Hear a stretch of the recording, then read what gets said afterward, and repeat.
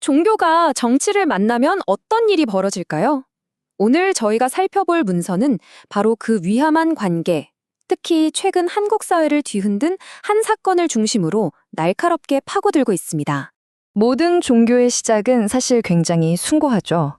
이 문서에서도 말하길 종교의 본질이란 게 뭐냐?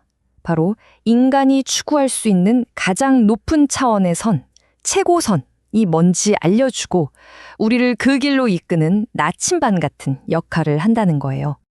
그런데 말이죠. 그 나침반이 만약에 고장나 버린다면 어떻게 될까요? 이 문서의 저자는 바로 이 지점을 아주 집요하게 파고듭니다. 가장 고귀해야 할 가르침이 변질되는 바로 그 순간, 종교가 오히려 가장 끔찍한 얼굴을 드러낼 수 있다고 경고하고 있는 거죠. 바로 이겁니다. 어떻게 하나의 믿음이 한쪽으로는 천사의 얼굴을, 다른 쪽으로는 악마의 얼굴을 가질 수 있는 걸까요? 정말 모순적이죠. 이 문서는 바로 이 풀기 어려운 질문에 대한 답을 찾아 나서는 과정이라고 볼 수 있습니다. 자, 그렇다면 이 타락은 대체 언제, 어떻게 시작되는 걸까요? 저자는 아주 명확한 기폭제가 있다고 딱 짚어서 이야기합니다. 그건 바로 종교가 신의 이름을 빌려서 현실의 권력, 그 칼자루를 쥐게 되는 순간이라는 겁니다. 그럼 이런 위험한 결합이 실제로 어떻게 나타났는지 그 증거로 저자가 제시하는 사례를 한번 보죠. 우리 사회에 정말 큰 충격을 줬던 바로 그날 12월 3일 비상계엄 사태를 정면으로 다루고 있습니다.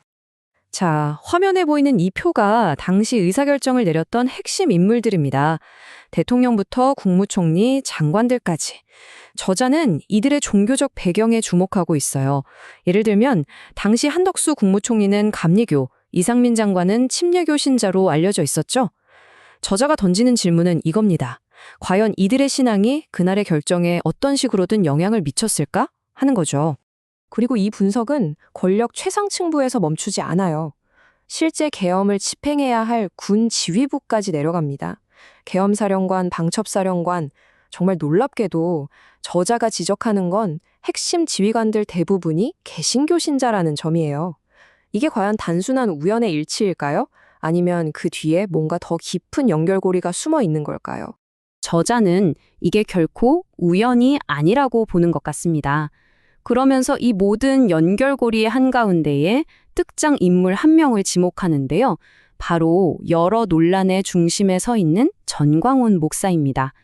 저자는 전 목사를 1203 사태를 옹호하는 가장 대표적인 인물이자 종교가 타락했을 때 어떤 모습이 되는지를 상징적으로 보여주는 인물로 보고 있는 거죠. 여기서부터가 정말 흥미로운 지점인데요. 저자는 이런 현상이 어느 날 갑자기 하늘에서 뚝 떨어진 게 아니라고 주장합니다.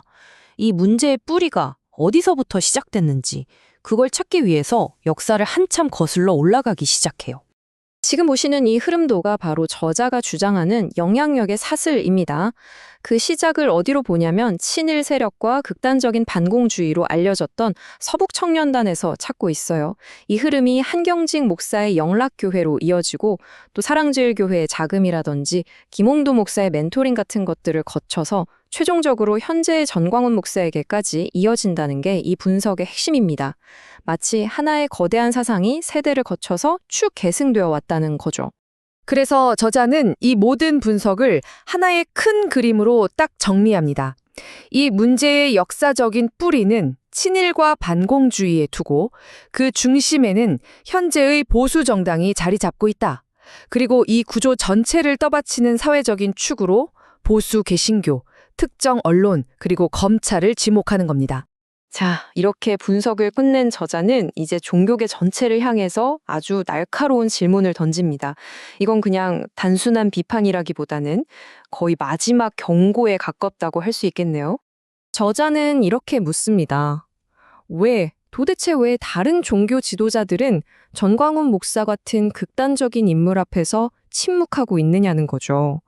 저자는 이 침묵을 비겁함이라는 단어까지 써가면서 강하게 비판해요.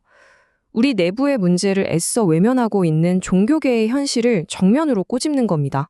그리고 그 침묵의 대가는 생각보다 훨씬 혹독합니다. 저자는 바로 이런 식으로 스스로를 정화하는 능력을 잃어버렸기 때문에 점점 더 많은 사람들이 종교 전체의 환멸을 느끼고 등을 돌리게 되는 거라고 진단하고 있습니다. 이 문서는 아주 의미심장한 경고로 끝을 맺습니다. 괴물과 싸우는 자는 그 과정에서 자신 또한 괴물이 되지 않도록 조심해야 한다. 그리고 신을 섬기는 자는 스스로 신이 되지 않도록 조심해야 한다. 저자는 아마도 신을 섬긴다고 말하는 인간이 스스로 신의 자리에 오르려는 그 오만의 순간에 인간이 가진 최악의 모습이 드러난다고 말하고 싶었던 게 아닐까요? 글은 이렇게 깊은 여운을 남기며 마무리됩니다.